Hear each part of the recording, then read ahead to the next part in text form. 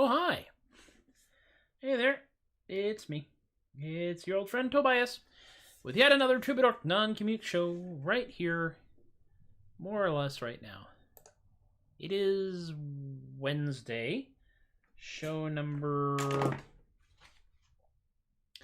127. 127? That's a lot of shows.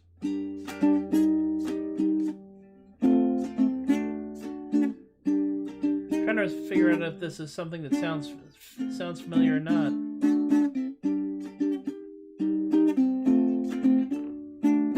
It's basically me messing with those chords that I use for Fernando and doing other things with them.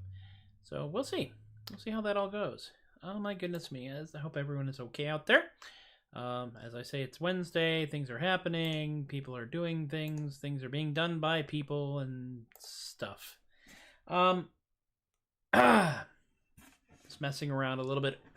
As I've discovered a few things recently, and one of them is that it takes a little time for people to figure out when the show is. Which is funny, considering that it's been roughly this time for the entire time I've been doing it, which is now somewhere in the vicinity of 6 months, maybe 7. That's all right. All right, so today is really just going to be a bunch of random stuff. We're going to do it. I'm going to keep an eye on the screens and occasionally watch the little number thingy here, which I don't really know whether to believe or not at this point. It's just seems that much. It just seems weird, you know. It's like, is anyone? Is our children learning? Is anyone watching? I don't know. I'm gonna do it anyway because I know that some of y'all will catch this in repeats, and I'm okay with that because that's, you know, this is broadcast. This is the show that I almost never thought I would ever have, and here it is, and I'm having it. So there it is. Hey. All right, see, the number went up by 2, now it's at 3. Hey, who can sound off? Yes. Quick, yeah. Tom Bedlam. Tom and I were both Sea Dogs in the California Renaissance Festivals, and there was a gag that I was not aware of, wherein if somebody ever said Sea Dogs count off, the entire guild would, as a group, all shout 1 at once. I may have told this story once, a long time ago. But what happened was, yeah, see, Jonathan, I can see your comment. I can see your comment on the Facebook screen, and I can't see it on the chat thingy over here.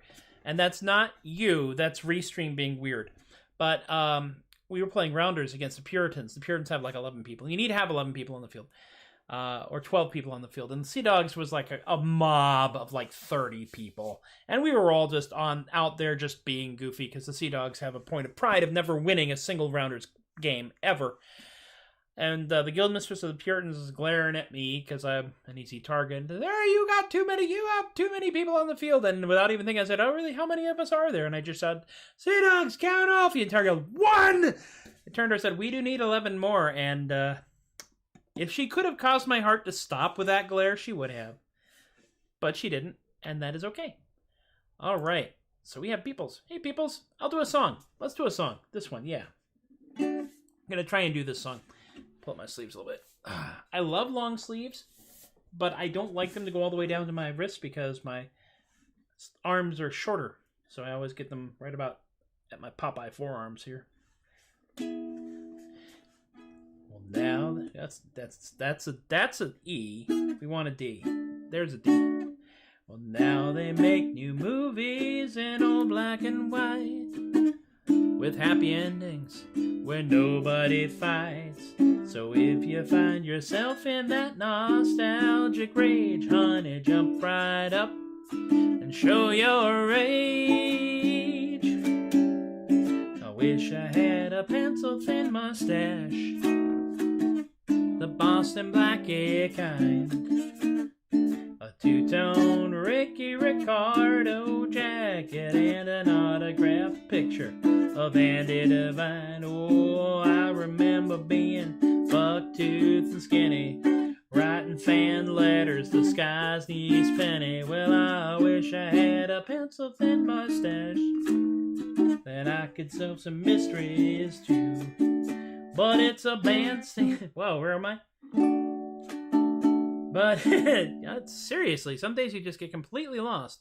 But it's a bandstand, Disneyland, growing up fast, drinking on a fake ID. Hi, Teppo. Well, Rama of the jungle was everyone's Moana, and only jazz musicians were smoking marijuana. I wish I had a pencil-thin mustache, there it is, that I could solve some mysteries too. Ba-da-ba-ba, yap-ba-da-da, ba-ba-da-ba-ba-da-ba-ba-da. But it's a flat-top, dirty mop copping a field, grubbing on the living room floor, so sore. Well, they send you off to college, try to gain a little knowledge, but all you want to do is learn how to score. Well, now I'm getting old, I don't wear underwear, I don't go to church, and I don't cut my hair, but I can go to movies and see it all there, just the way that it used to be. I said I wish I had a pencil-thin mustache, the Boston Blackie kind, a two-tone Ricky Ricardo jacket, and an autographed picture of Andy Devine. Oh, I could be anything that I wanted to be, maybe a Swave Errol Flynn or the Sheik of Therapy, if I only had a pencil-thin mustache that I could do some cruising to. Yeah, Brill cream, a little dabble do ya, I could do some cruising too. A little wobbly there. I stopped at DST on Sunday and now lines up. Oh, nice. Nice. I'm glad you're able to make it there, Teppo. I hope all is well. Teppo is our man in Finland, by the way. It's important to know. As we can see, I haven't played that song for a little while, and it kind of shows. Well, you know, I'm trying to go through the song so I don't play the same things over and over and over again. I worry that I will do that, and that will bore everyone to tears. Now, that may not be the case. It's hard to say. Amy has often told me that I will probably get bored of my own stuff long before anybody else gets bored of my stuff, which is impressive all told. So the next one we're going to do is an original tune. And it is based off something I have said for many, many years. I figured, well, I might as well write a song about it, because I write a song about everything else. Because that's apparently what I'm doing right now in my ongoing struggle to maintain some semblance of sanity. It is a song about my own delicate, fragile, sylph-like nature. And it's called I'm a Delicate Flower. It's a The notes here say, played in the key of drunk country. So. I don't know, there it is. Now I ain't the sort that people would call dainty, and I look like a lift-heavy object for my daily bread. I sound like civilization is just a maybe, but let me let you inside my head. I'm a delicate flower, definition of poison grace. I'm a delicate flower, I'll raise the atmosphere of any dang place. I started off that perfect and I get better by the hour. So watch your step, my friends, I'm a delicate flower. Now, clothes I wear can't always be called classy, but they keep me clean and legal. That's the point of it. My approach to some authority is sassy, but I can't help it if they don't appreciate my wit. I'll go quietly, officer, I'm a delicate flower, definition of poison grace. I'm a delicate flower, I raise the atmosphere of any dang place. I started off that perfect and I get better by the hour. So watch your step, my friend, I'm a delicate flower. Now, grinding out is always an adventure. That's eating, by the way. I'm a connoisseur of flavors, and I enjoy my food. I eat like I just got out of indenture. Who says a 60-second belch is really rude? I'm a delicate flower, definition of poison grace. I'm a delicate flower, I'll raise the atmosphere of any dang place. I started off that perfect and I get better by the hour. So watch your step, you schmuck, I'm a delicate flower. My sense of humor is categorized as dirty. Sorry. And I'll admit I've said a few things that I might regret. I've learned some ladies don't like being described as sturdy. It's accurate. But my damn full mouth ain't gotten me killed quite yet. I'm a delicate flower, definition of poison grace. I'm a delicate flower, I raise the atmosphere of any damn place. I started off that perfect and I get better by the hour. So watch your step, my friends, I'm a delicate flower. One more time. I'm a delicate flower, sing it with me. Definition of poison grace. I'm a delicate flower, I raise the atmosphere of any damn place. Spend a day with me and you'll probably need to take a shower. Don't know what that means. So watch your step, my friends, I'm a delicate flower.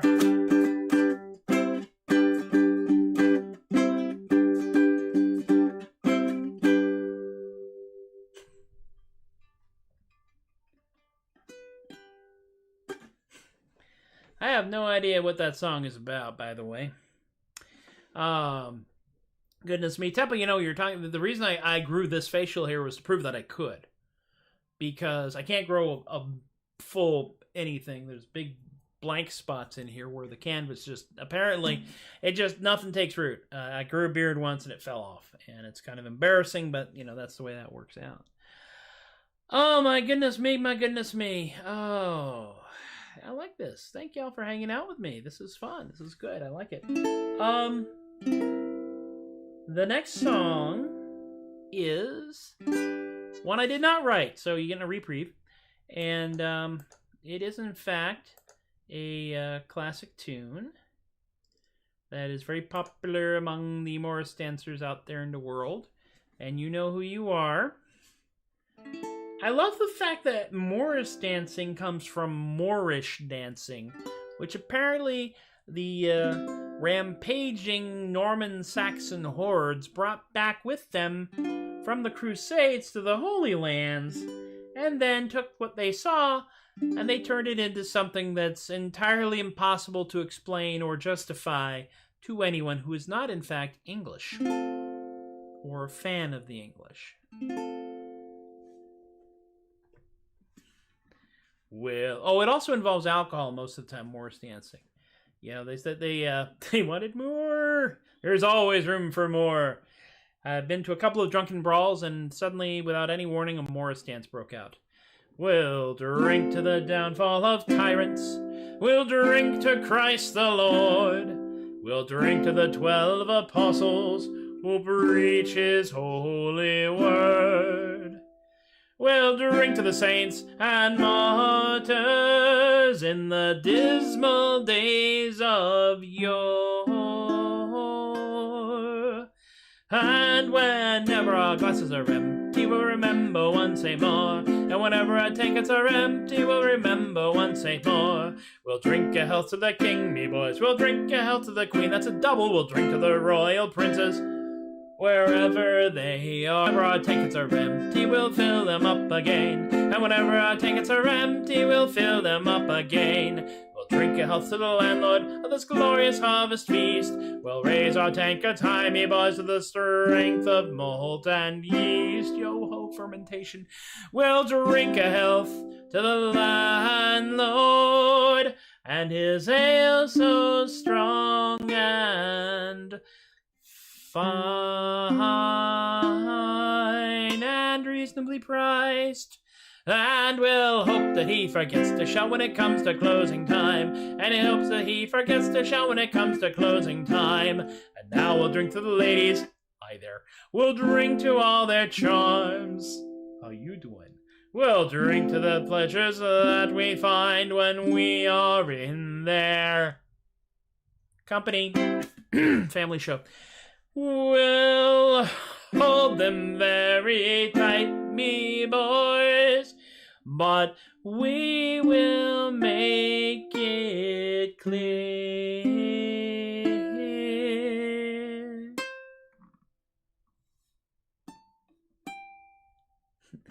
It's goodbye on the day when they do say they will keep us from our beer. It's goodbye on the day when they do say they will keep us from our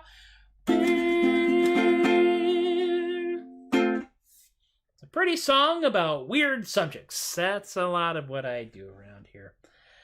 Oh, it is a link. I will attempt about beards. Yes. Oh my god.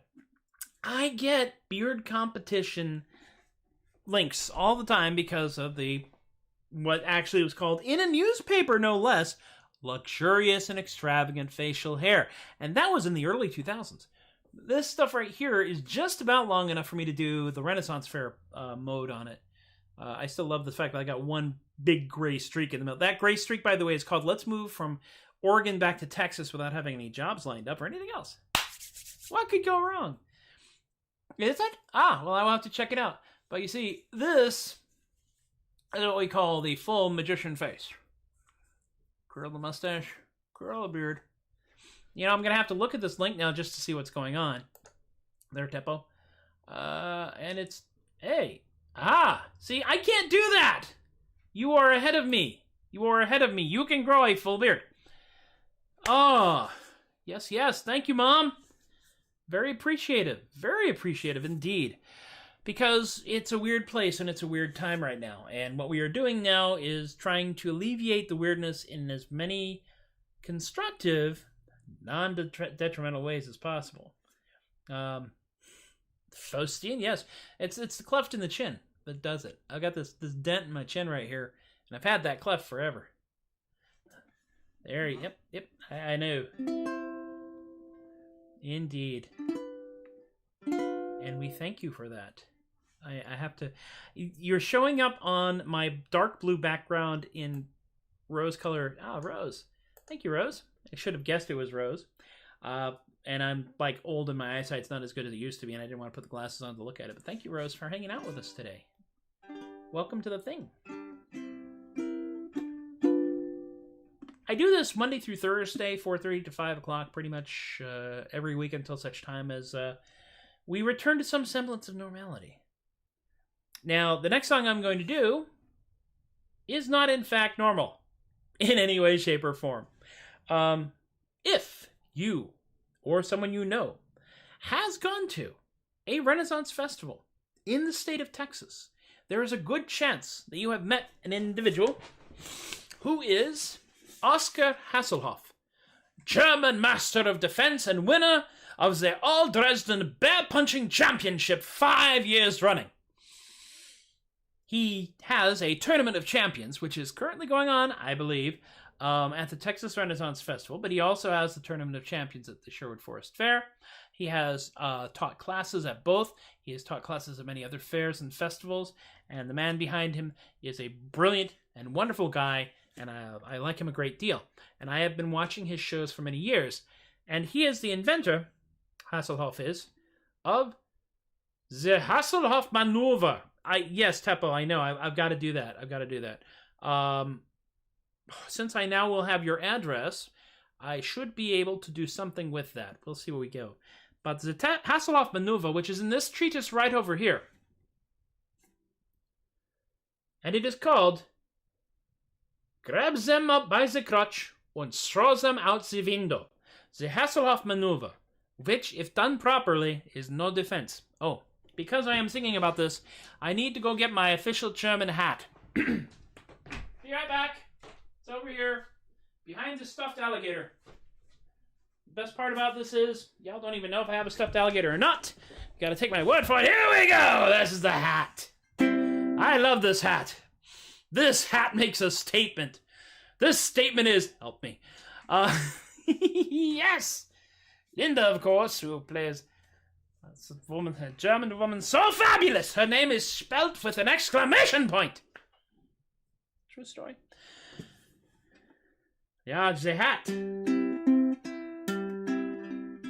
This was originally intended to be a commercial jingle for the book. What's that? I can point with the hat, see? And it turned into an entire thing, which I will now sing to you in an almost completely unjustifiable Bavarian type accent. For this is a happy song of gambling, drunkenness, and defenestration. Sing with me, yeah? I was gambling in Helsinki, down upon mine luck. Oh, the lot was these big Flemish guys. I felt that I was stuck. I thought I was a goner, sure surrounded by mine foes. Then I remembered Hasselhoff, and he solved all mine woes. For he taught the Hasselhoff maneuver, which goes like this. Just grab them by the crotch, and then throw them out the window. A lovely way to get above whatever makes you blow. Just grab them by the crotch, and then throw them out the window. It's amazing what a little flick of wrist and arm can do. Well, I made my way out of there, and I fled down to the bar. I happily sipped lager, maybe 2 or 15 jaws. Some massive Swedish mercenary spoke ill of my ma. I did not think I could escape this peril quite unscarred. But then I remembered that I had purchased this informative booklet here, and I had read through it very carefully, and after studying it just a little bit more, I remembered. Just grab them by the crotch, and then throw them out the window. A lovely way to get above whatever makes you blow. Just grab them by the crotch, and then throw them out the window. It's amazing what a little flick of wrist and arm can do. I had gathered quite a crowd by the great feat I did perform. I ordered me another round, for I had grown quite warm. When time to pay the bill came, pleas for credit were all scorned. And though I tried to stand my ground, my fate was quite forewarned. For I had discovered, unbeknownst to me, that Master Oscar Hasselhoff himself, German Master of Defense, was taking a part-time job as a bouncer for this very, very tavern I was in. I was thrilled. I said, "Oh, Master Hasselhoff, guten Abend, Sie geht's?"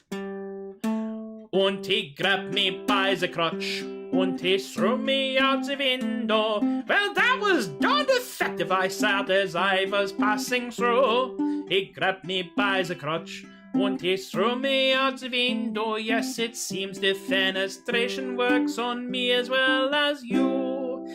Everyone! Just grabs them by the crotch, happy once, and throws them out the window. A lovely way to get above whatever makes you blow. Just grabs them by the crotch once and throws them out the window. It's amazing what a little flick of wrist and arm can do. Grabs them by the crotch and throws them out the window. Available wherever violent books are sold.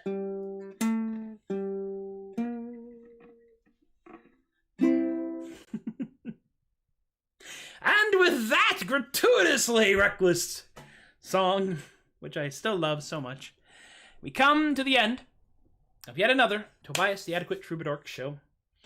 Thank y'all for hanging out with me. I think it's a it's a die-hard fan moment. Yes. I would like to thank you all for hanging out with me once again. Those of you coming out here to spend a little time with the weirdo. And those of you who will be catching this in reruns, because I understand I am very big in syndication. And it doesn't matter when you watch it. I love the fact that y'all do watch it, because then I can talk to the bubbles over here.